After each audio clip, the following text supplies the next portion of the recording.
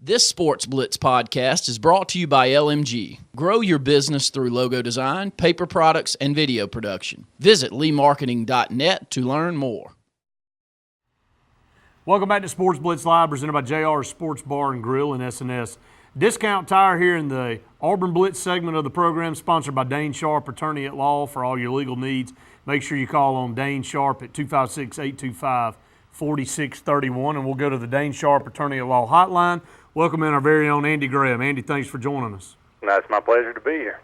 Andy, here in the Auburn Blitz segment, very rare that we ever start off with tennis, but we would be remiss to not give props to the 15th ranked doubles tandem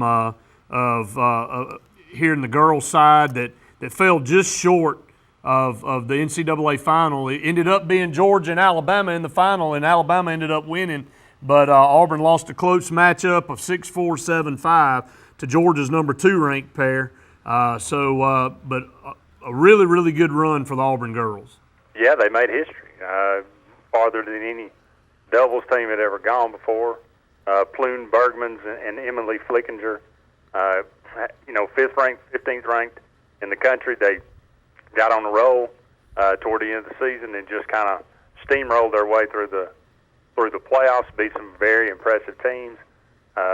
Came down, and like you said, I mean, when you get down into the Final Four of the NCAAs, you're playing the best of the best, and I think Georgia was the number 2 ranked team in the country, and they pushed them to the limit, 6-4, 7-5. They, 2 sets, but still, very, very proud of them, and a major accomplishment for them. And they'll both be back next year, and so a lot to build on for the future. I think Auburn tennis program is in very good shape, men's and women's. But the doubles team, made history. So congratulations to them, and they're certainly worthy of the note.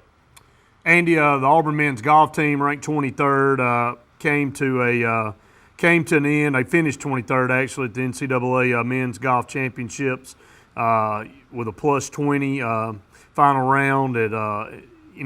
Just a good season, but didn't get it done when it counted. Yeah, they started the season in the first round of the NCAA in second place. After 2 rounds, they were in 11th place. According to the coach, that they had a very good first 27 holes, and according to the head coach Nick Clennard, he said it was probably the worst 27 holes that he's seen in his 13-year coaching career. So Auburn just kind of really had everything kind of went wrong for them in the third round, and they had a very good showing. Only the top 8 teams move on to the match play to see who's going to win the national championship. Stanford actually they were 13 under. They led. Alabama was 4 under. LSU was 4 under. Oklahoma State was even. Georgia Tech was 1 under.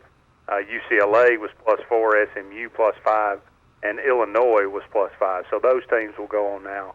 But a good season again. Another program on the Plains that's in very good shape. Auburn, has made the NCAA championships, I believe, 19 times. So in very good shape. They have a very good program. But you can tell, obviously, Stanford and Alabama are kind of up here above most everybody else right now. You look at the scores, and I think Auburn finished the tournament +26, and Stanford finished -13. So, we're talking about 39 strokes here difference. A lot of room to climb up, but Auburn's got some good young players, and they're going to be back next year. And again, a lot to build on, and the program's definitely on solid ground. Andy, a couple more notes. Auburn, no Auburn baseball players on first or second team All-SEC. Keegan Thompson did find a way to make it onto the all-freshman team. He had an outstanding freshman season, very, very worthy of making that team. Auburn, not one of the 2 teams to make it to the SEC tournament, and obviously did not make a regional. 10 SEC teams in the NCAA tournament. Do you see this program headed in the right direction after Sonny Galloway's first season? Well, it's hard to say that. I think we moved sideways this past season. We didn't. I don't think we took any steps forward. I'm not sure. We didn't take any steps backward from where we were. We're still a very mediocre baseball program. I like some of the freshmen on this team. I obviously love Keegan Thompson. I think he's going to be a outstanding pitcher and probably only going to get better with a bat in his hand as the next couple of years. Anthony Greer has got a lot of talent. I think he's going to be can't be a very good player.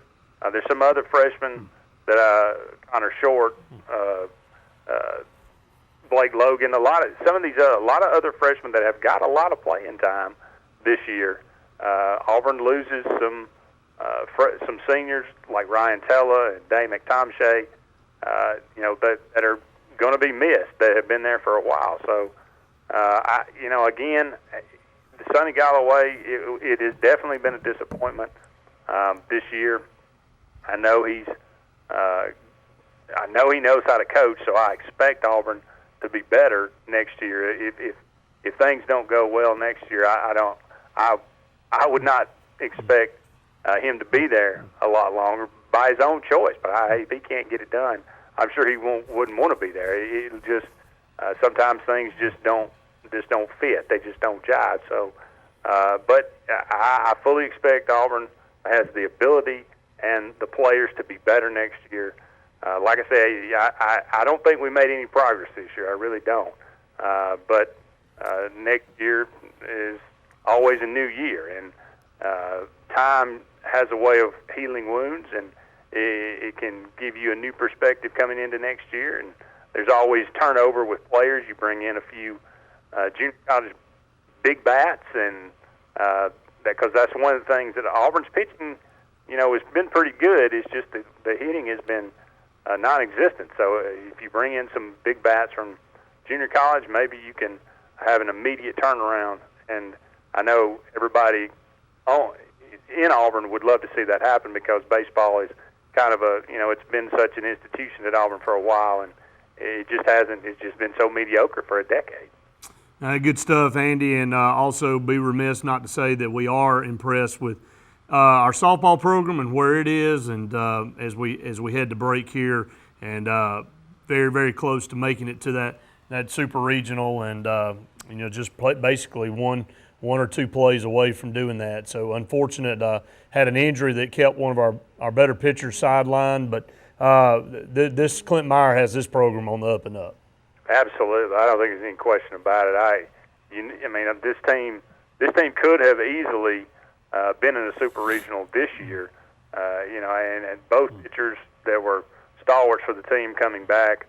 Casey Cooper, who is up for the National Freshman of the Year, which will be announced before the beginning of the College World Series coming up here at the end of this week. She has an opportunity, and her numbers are just phenomenal. She hit .418, 18 home runs, 77 RBIs. 18 home runs is a school record. The only reason 77 RBIs isn't a school record is because her teammate Brandy Malero hit a few more than her and set a record. So she's just a freshman. Auburn, this team is full of freshmen and sophomores. I'm really, really excited about the future of the softball program. Andy, we appreciate you being on the program tonight, and you and I will hook up Friday for another edition of Sports Call. I look forward to it. Sounds good, my man. Appreciate it. That's Andy Graham with Auburn Blitz, sponsored by Dane Sharp, Attorney at Law. Again, for all your legal needs, make sure you call on Dane Sharp, Attorney at Law, located across the street from the Tallapoosa County Courthouse in Dadeville, Alabama. Give them a call, 256-825-4631. We'll take a break. When we come back, new Central Phoenix City head football coach Jamie Dubose, and that's correct, Jamie Dubose now, the new Central Phoenix City head football coach, will be on the program to talk about this move. Stay tuned. More Sportz Blitz Live presented by JR's and SNS Tire right after this.